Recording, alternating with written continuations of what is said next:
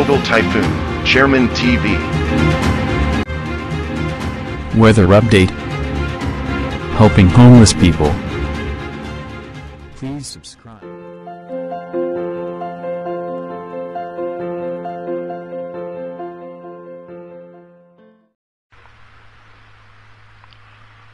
Magandang umaga po. Ito po ang latest update natin ngayong araw, July 13, 2024.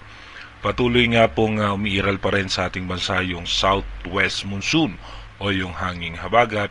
Apektado pa rin po niya na Zamboanga Peninsula, Sultan Kudarat, Misamis Oriental, at kasama rin po dyan yung Misamis Occidental, Lanao del Norte, natitirang bahagi ng Mindanao, Western Visayas, Central Visayas, Palawan, Occidental Mindoro, Metro Manila at natitirang bahagi ng Mimaropa, Batangas, Cavite and Laguna.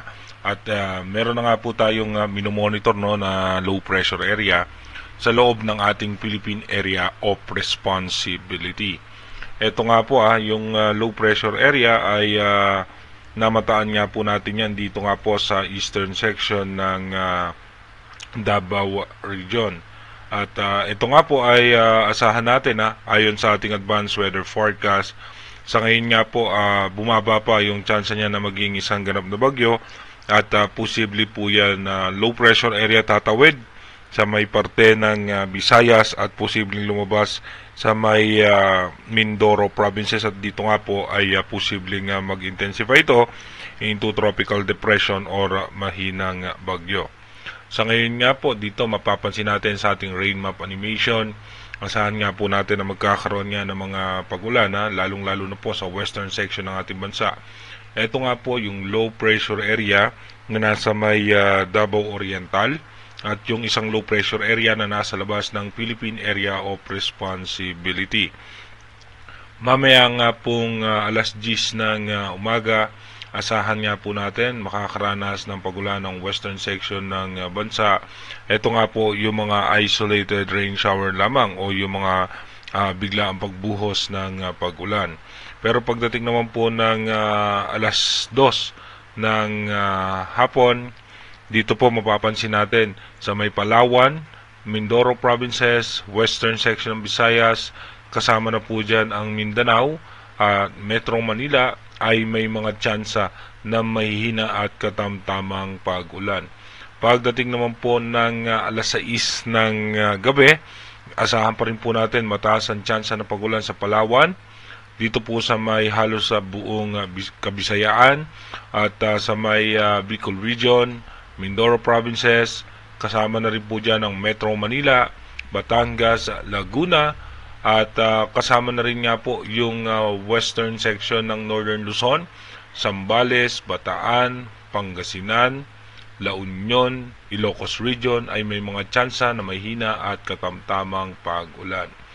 Pagdating naman po ng alas 10 ng gabi mamaya, asahan naman natin yung makulimlim na kaulapan. Dumako na nga po tayo sa ating advanced weather forecast. Dito nga po sa ating advanced weather forecast, bukas nga po July 14, ito nga po yung low pressure area sa labas ng ating Philippine Area of Responsibility at yung low pressure area naman na nandito sa loob ng ating power line ay ito nga po ay nasa eastern section ng Dinagat Island. Pagdating naman po ng July 15, asahan natin bahagyang hihina yung mga posibilidad na pag-ulan, pero pagdating nga po ng hapon at ng gabi, tataas ang tsansa ng mga posibilidad ng pag-ulan. Habang yung low pressure area ay andito nga almost stationary po yan sa eastern section ng Surigao. Pagdating naman po ng July 16, asahan pa rin natin may tsansa ng pag-ulan ng western section ng ating bansa, habang yung low pressure area ay posibleng pumasok po yun dito sa may eastern section ng Visayas. Pagdating naman po ng July 17, asahan natin may mga tsansa pa rin po ng pag-ulan at yung low pressure area nga po ay nasa landmass po yan ng Samar.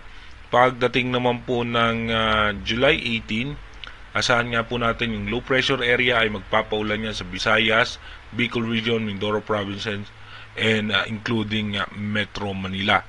At pagdating naman po ng July 19, dito nga po lalabas yan sa may Occidental Mindoro. At ito nga po ay mataas ang tsansa na mag-intensify into tropical depression or mahinang bagyo, pero panandalian lamang at posibleng mag-downgrade agad ng as low pressure area. Pagdating naman po ng July 20, asahan pa rin po natin na magiging maulan dahil nga po sa southwest monsoon. Pagdating naman po ng July 21, asahan pa rin po natin may taas ang tsansa ng pagulan sa may parte ng Luzon dahil pa rin po yan sa southwest monsoon. Kung mapapansin nga po natin, nagbabago pa rin po yung advanced prediction ng European Center.